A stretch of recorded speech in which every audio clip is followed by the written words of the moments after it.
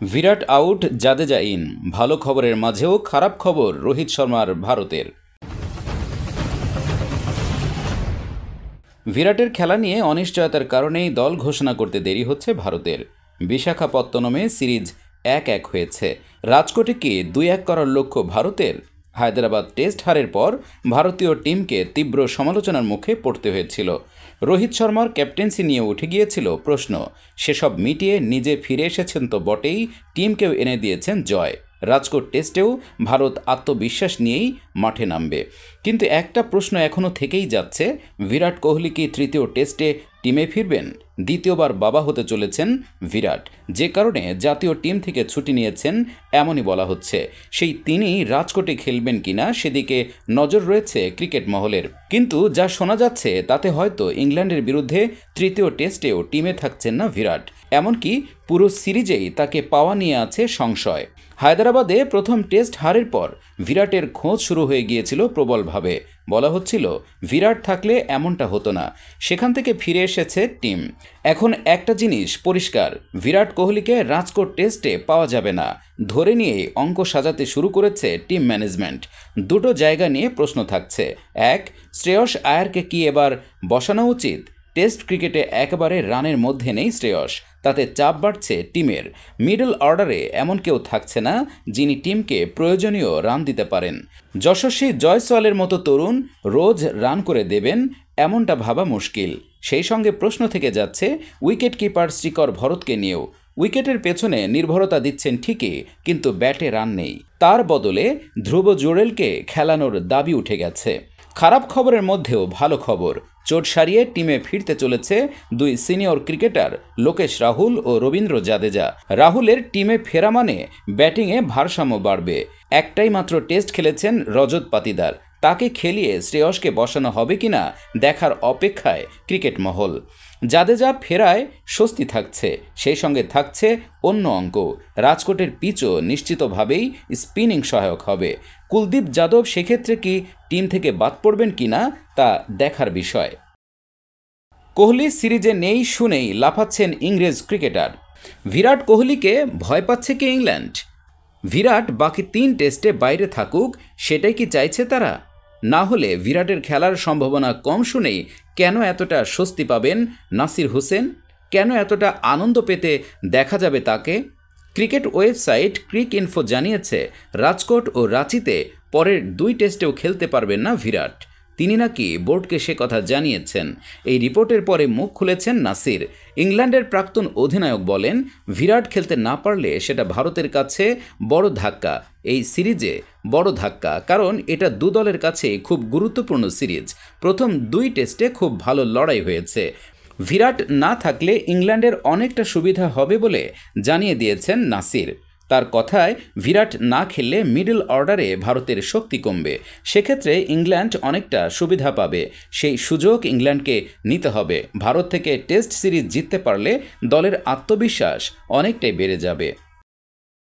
বিশ্বের 1 নম্বর bowler Bumrah, test র্যাঙ্কিংয়ের ইতিহাসে record ভারতীয় পেসারের। ভারতীয় দলের তারকা বোলার জশপ্রীত বুমরা টেস্টে আইসিসি র্যাঙ্কিংয়ে শীর্ষে উঠে এসেছেন। ইংল্যান্ডের বিরুদ্ধে দ্বিতীয় টেস্টে 9 উইকেট নেয়ায় শীর্ষে উঠে এসে ইতিহাস গড়েছেন ভারতের এই পেসার।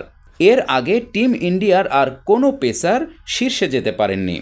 ভারতীয় বোলারদের মধ্যে তিনি চতুর্থ। এর আগে বিশেন সিং বেদি, রবীন্দ্র জাদেজা, রবিচন্দ্রন অশ্বিন উঠে এসেছেন শীর্ষে। সোমবার এক সাক্ষাৎকারে ভারতীয় দলের আরও এক তারকা পেস বোলার মোহাম্মদ শামি বলেছিলেন, ভারতীয় দলের পেস অ্যাটাক গোটা বিশ্বের মধ্যে সেরা। এটা তার প্রমাণ। ক্যারিয়ারে 499 উইকেট নিয়ে ফেলা বুমরা যে শীর্ষে থাকবেন সেটাই স্বাভাবিক। তবে মনে রাখতে হবে, এটা কিন্তু একদিনে হয়নি। গত 10 বছর ধরেই ভারতের বোলিং একটু একটু করে সেরা হওয়ার জায়গায় এসেছে। একটা সময় ভুবনেশ্বর কুমার, ইশান্ত শর্মা, উমেশ যাদবরা নতুন বলে সুইং করানোর পাশাপাশি পুরনো বলেও রিভার্স করাতে পারতেন। এখন সেই দায়িত্ব পেয়েছেন বুমরা। তিনি এখন উইকেট ছিটকে দেন বিপক্ষের। 9 উইকেট নেয় বুমরা ম্যাচের সেরা হয়েছেন। গতির তারতম্য, পুরনো বলে রিভার্স সুইং, কাট করানো আর বিপক্ষ ব্যাটারদের দুর্বলতা খুঁজে বের করা বুমরার সমকক্ষ পেস বোলার এই মুহূর্তে খুঁজে পাওয়া মুশকিল।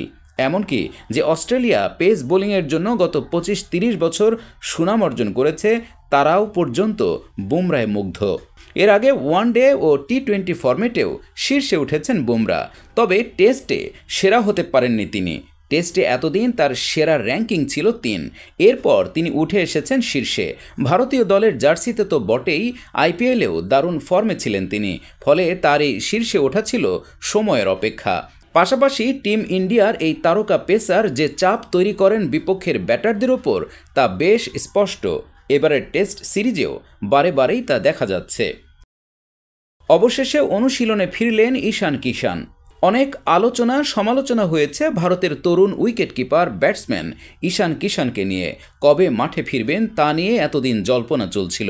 এবার তিনি অনুশীলন শুরু করেছেন। ক্রীড়া ওয়েবসাইট ক্রিকবাজের রিপোর্ট অনুযায়ী বারোদায় কিরণ মোরের একাডেমিতে ঈশান পান্ডিয়া ব্রাদার্সদের সঙ্গে অনুশীলন করছেন। এবার প্রশ্ন, জাতীয় দলে কবে ফিরবেন ঈশান? ইংল্যান্ড সিরিজের এখনও 3টি ম্যাচ বাকি, ভারতীয় টিম ঘোষণাও বাকি। তাতে কি সুযোগ পাবেন ঈশান কিষান? ক্রিকেট মহল বলছে হয়তো না, কারণ শোনা গিয়েছিল ইংল্যান্ড সিরিজের আগে ঈশানকে রঞ্জি খেলার পরামর্শ দেওয়া হয়েছিল, কিন্তু তিনি রঞ্জিতে খেলেননি। টিম ইন্ডিয়ার মিডল অর্ডারের তারকা ক্রিকেটার শ্রেয়স আয়ারকেও রঞ্জিতে খেলার পরামর্শ দেওয়া হয়েছিল।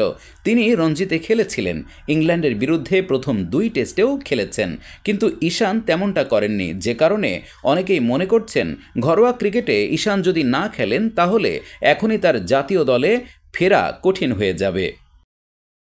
পুরোপুরি ফিট জাদেজা খেলবেন ইংল্যান্ডের বিরুদ্ধে বাকি 3টি টেস্ট। প্রথম টেস্টেই ইনজুরিতে পড়েছিলেন, তবে নিজের হোম গ্রাউন্ডে কামব্যাক করতে পারবেন জাড্ডু, এমন আভাস পাওয়া গেছে। হ্যামস্ট্রিংয়ের চোট সারাতে এই মুহূর্তে বেঙ্গালুরুর জাতীয় ক্রিকেট একাডেমিতে রয়েছেন। সেখান থেকেই ইনস্টাগ্রামে ফের একবার বার্তা দিয়েছেন তারকা এই অলরাউন্ডার। ইনস্টাগ্রামে রিহাব করার একটি ছবি পোস্ট করেছেন। এর আগে গত 2 ফেব্রুয়ারি ইনস্টাগ্রামেই একটি ভিডিও পোস্ট করেছিলেন স্যার জাদেজা। সেই ভিডিওতে দেখা যায় মাঠের একদিক থেকে অন্যদিকে দৌড়ে বেড়াচ্ছিলেন তিনি। ভিডিওর ক্যাপশনে লিখেছিলেন, ডু নট গিভ আপ। বেশ বোঝা যাচ্ছে গুরুত্বপূর্ণ সিরিজের বাকি ম্যাচগুলোতে খেলতে মুখিয়ে রয়েছেন স্যার জাদেজা। এর আগে গত 30 জানুয়ারি তারকা অলরাউন্ডার ইনস্টাগ্রাম স্টোরিতে লিখেছিলেন, আপাতত এটাই আমার ঘর। ছবিতে দেখা যাচ্ছিল এনসিএ এর একটি লোগো, তবে তার লেখা বার্তায় কোথাও উল্লেখ নেই যে তিনি কতদিনের মধ্যে ফিট হয়ে আবার দলে ফিরবেন। প্রথম টেস্টে স্টোকসের থ্রোতে জাদেজা দ্বিতীয় ইনিংসে রান আউট হয়েছিলেন, সেটাই ছিল ম্যাচের অন্যতম টার্নিং পয়েন্ট। কিন্তু একই সঙ্গে জাদেজার হ্যামস্ট্রিংয়ের চোটও কিন্তু দলকে আরও বড় ধাক্কা দিয়েছে। প্রথম ইনিংসে 180 বলে 87 রান করেছিলেন জাড্ডু। এরপর বোলিং করতে নেমে 2 ইনিংসেই উইকেট নিয়েছিলেন। প্রথম ইনিংসে 88 রানে 3 উইকেট নেয়ার পর দ্বিতীয় তার ঝুলিতে এসেছিল 131 রানে 2 উইকেট। বিরাটের পর ম্যাচ উইনার জাদেজার সার্ভিস যদি সিরিজের বাকি 3 টেস্টে না পাওয়া যায় তাহলে টিম ম্যানেজমেন্টের চিন্তা আরও বাড়বে।